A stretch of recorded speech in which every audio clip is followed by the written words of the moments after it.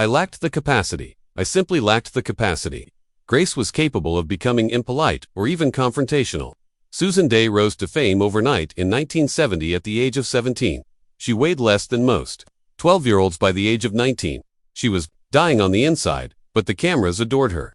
Her heart was broken by David Cassidy. She almost died of alcohol, and a spy even broke into her anonymous sessions with her alcoholics to sell her secrets. She is worth $10 million today, but she won't reveal who she is. It has been years since she was photographed. Fans were in awe at her appearance.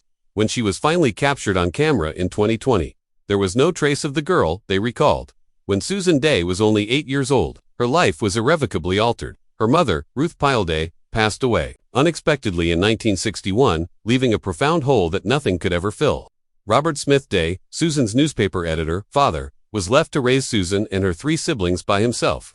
Susan was deeply affected by the death of her mother. She grew up more quickly than typical children her age. As a result, the family relocated to Thornwood, New York, from Pekin, Illinois, in an attempt to start over. However, the anguish of losing Ruth followed them everywhere. Susan continued to feel that sadness, which made her stronger, more resolute, and prepared to defend her position in the world. Everything changed once more when Susan's father got married again.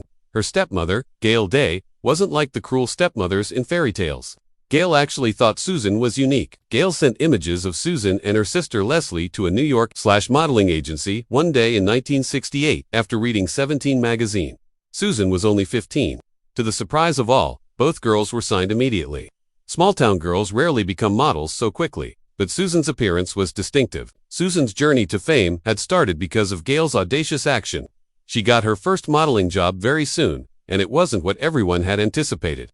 Susan's visage first featured on the cover of the Getting to Know Yourself pamphlet. From Pets at the age of 15, talking about menstruation was still considered alarming in 1970. However, lots of girls felt less scared about growing up, thanks to Susan's sweet young face. Although it may have seemed like a strange beginning to some, Susan saw it as the gateway to a career in professional modeling. It showed her that she could stand out by being unique, a lesson she would carry with her throughout her life. Susan was born at 4:17 a.m. on December 10, 1952, in Payson, Illinois. She attended Columbus Elementary School following the family's relocation to Thornwood. She attended Fox Lane High School after they moved to Mount Kiscoco in 1970. She received her degree. She participated in plays at school, including Summer and Smoke and Arsenic and Old Lace. She turned to acting as an escape. She was able to forget the sorrow at home because to it, she demonstrated the perseverance that would soon make her famous by balancing modeling jobs and courses by the time she graduated from high school. Susan had a hidden drive after losing her mother at such an early age. As one of 4 siblings attempting to keep their family together, she utilized acting as a way to escape the stress and suffering she was experiencing. It wasn't only entertaining to act, it provided her with a respite from the burdensome emotions she kept inside. Even if it was only temporarily, each role gave her a sense of freedom. She worked harder than everyone understood because of her need for approval and an escape. Then came the life-altering audition. The Partridge Family was searching for its star in 1970, when Susan was just 17 years old. There were hundreds of seasoned actresses who tried out. Despite never having taken an acting class or appeared on television, Susan was cast as Lori Partridge because of her innate charisma and candor in front of the camera. When Susan received the position, even she was taken aback. She graduated from high school one day. She was then filming a popular television program. She went from being an obscure adolescent to an overnight celebrity, thanks to that one moment. Susan portrayed a musical character on the show. In actuality, though, she had no keyboarding skills. She was not even permitted to take classes by the producers. Susan pretended to play along with the music while learning finger positions in between scenes. Despite the fact that only Shirley Jones and David Cassidy sang on the songs, she put a lot of effort into appearing like she belonged. Nevertheless, millions of spectators were duped by Susan's performance every week. As soon as The Partridge Family premiered in 1970, it immediately became an enormous hit. It had 96 episodes over 4 seasons. That year, their song, I Think, I Love You even sold more copies than the Beatles' Let It Be.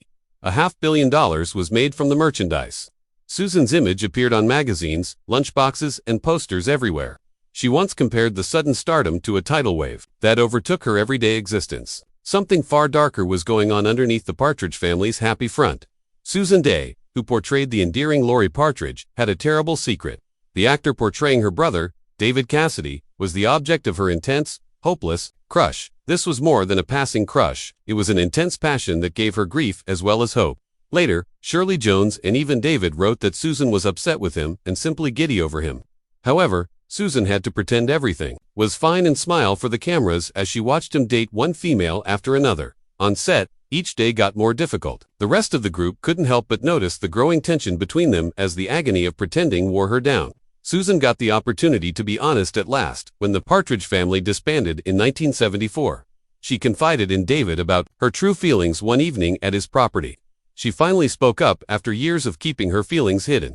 David, however, felt differently. Despite spending the night together, Susan's why was not fulfilled. Later, David acknowledged that it was cold and uncomfortable. That night ripped them apart rather than bringing them closer. Susan withdrew after that. She shunned get-togethers. During interviews, she remained silent. She avoided contact with David and the other actors. The friendship was shattered and remained so. David wrote "San Get Happy, Fear and Loathing" on the Partridge Family bus in 1994. A few years later, he shared that one night with Susan with the world. In it, he wrote things that severely wounded her, claiming that he could only ever regard her as a sister and that she lacked the sex appeal he desired. This was the last straw for Susan. She felt deceived and vulnerable. She severed her relationship with David. No more get-togethers. Don't talk to him anymore. No more retrospection. He later tried to apologize, but she didn't even reply. She had permanently closed that chapter of her life. One of the most poignant and moving stories from Hollywood's heyday of television is Susan Day's. She started a horrific battle that nobody around her fully understood when she was barely 17 years old and starring in The Partridge Family. Susan, who was 5'7", reduced to 90 pounds. People began whispering because of how drastically her appearance changed. Some even sent notes inquiring as to if she had cancer. That was the extent of the shock. Back then, there was no discussion of eating problems. The majority had no idea what anorexia was. Susan, on the other hand, believed she had just discovered a fantastic new method of staying trim. She thought she was in charge. She started eating only raw carrots for meals. She consumed so many that she developed orange skin. And although her slim appearance was admired by everyone, she was vanishing. On the inside, there were warning signals from her body. Her menstrual cycle ceased. She saw what she wanted to see in the mirror rather than what was actually there. Between the ages of 17 and 19, Susan endured this horror for 18 long months. Her life was meant to be at its peak during these years. The Partridges were popular. Despite her fame and admiration, Susan felt imprisoned behind the scenes. Her life seemed to be controlled by everyone else: fans, agents, and producers. She believed that her diet was the only thing she could control. Specifically, what she didn't consume. She had a false sense of power because of it. "I can make this decision," she thought. "I'll take just half." But in reality, no one around her appeared to notice that she was gradually ruining herself. Or perhaps they noticed it but were at a loss for words. Then came the turning point in the story. A child who had never seen a gorgeous TV star before glanced at Susan, pointing. The child replied, "You look disgusting." Susan was more affected by those 3 words than by anything else. She was appalled for the first time when she realized how other people perceived her. No doctor or co-star had been able to accomplish what the child's little voice did. She was awakened. She realized immediately that she needed to quit, something she had to struggle to get back. For herself, not for the cameras or her job.